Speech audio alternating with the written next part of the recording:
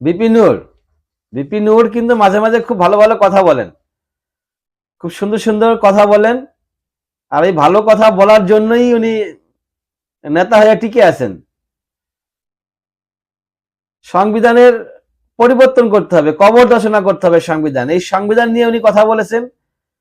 তো সমন্বয়করা আমরা দেখলাম খুব খেপা, আস্তাদ আবদুল্লাহ, সাদিস আলম, আরো অনেকেই দেখলাম খুব খেপা হয়েছে এই সংবিধান নিয়ে। মুজিববাদী, মুজিববাদী ৭২-এর সংবিধান, তারা মুজিববাদী বলে। মুজিববাদী মানে কি? মুজিববাদী কেন বলতে হবে?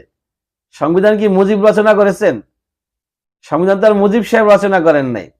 ডক্টর কামাল, তিনি এখনো জীবিত আছেন, বাইচে আছেন। ডক্টর কামালের নেতৃত্বে আপনার সংবিধান রচিত হয়।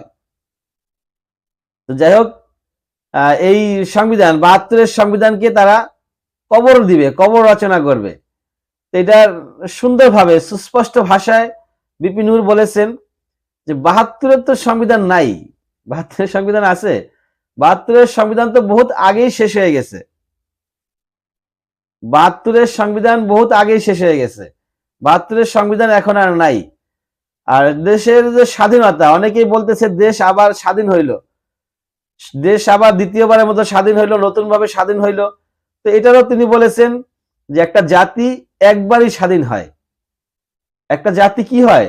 একবারই স্বাধীন হয়। একটা জাতি কখনো দুইবার স্বাধীন হয় না। ৭১ সালে আমাদের জন্ম হয়েছে। আমাদের বলতে এখানে তিনি বাংলাদেশকে বুঝিয়েছেন যে ৭১ সালে আমাদের জন্ম হয়, তো সেটাই স্বাধীনতা, আর কোনো স্বাধীনতা হইতে পারে না। ওটাই ছিল স্বাধীনতা। তো বাকিদের সময় সেটা হচ্ছে আমাদের বিকাশের সময়।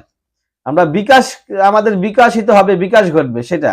কিন্তু স্বাধীন বাংলাদেশ ১৯৭১ সালে হয়েছে, ওটাই স্বাধীনতা। তারপরে আর কোনো স্বাধীনতা নাই। ২৪-এর কথা বলতে গেলে আপনি বলতে পারেন সেটা হচ্ছে স্বৈরাচার বিরোধী আন্দোলন।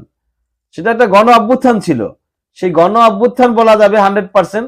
স্বৈরাচার বিরোধী আন্দোলন বলা যাবে, এবং স্বৈরাচারকে আমরা দেশ থেকে হটাইলাম সেটা বলা যাবে। সেটা আপনি স্বাধীন বলতে পারেন না। সেটা 18 হোক, 90 হোক, 24 হোক, যাই হোক না কেন, সেগুলাকে স্বাধীনতা বলা যাবে না।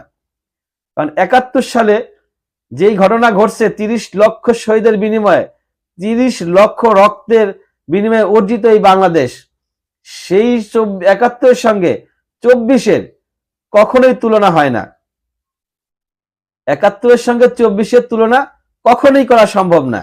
সংবিধান কবর দিবেন, কবর রচনা করবেন। সংবিধান তো আর নাই, ৭২-এর সংবিধান। আপনি যদি বিপিনের তথ্য অনুযায়ী নতুন ভাবে যে সংবিধান আপনারা লিখছেন তার 70% হচ্ছে মিলে যাচ্ছে আগের সংবিধানের সঙ্গে। তাহলে নতুন সংবিধান কই হইল? সে আগেরটাই তো হইল।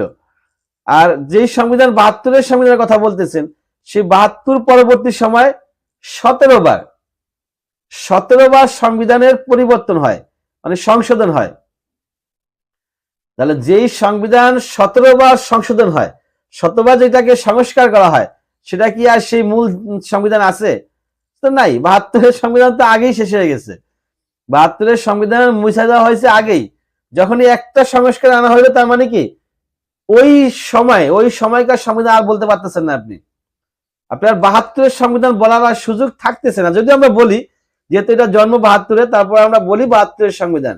কিন্তু যখন সংস্কার চলে আসবে, তখন তো যেই সময়টায় সংস্কার হয়েছে ওই সময়ের নাম উল্লেখ করতে হবে। একইভাবে আপনি 24-এ আরেকবার সংস্কার করতে পারেন, বাট কবর দেওয়ার কোনো সুযোগ নাই।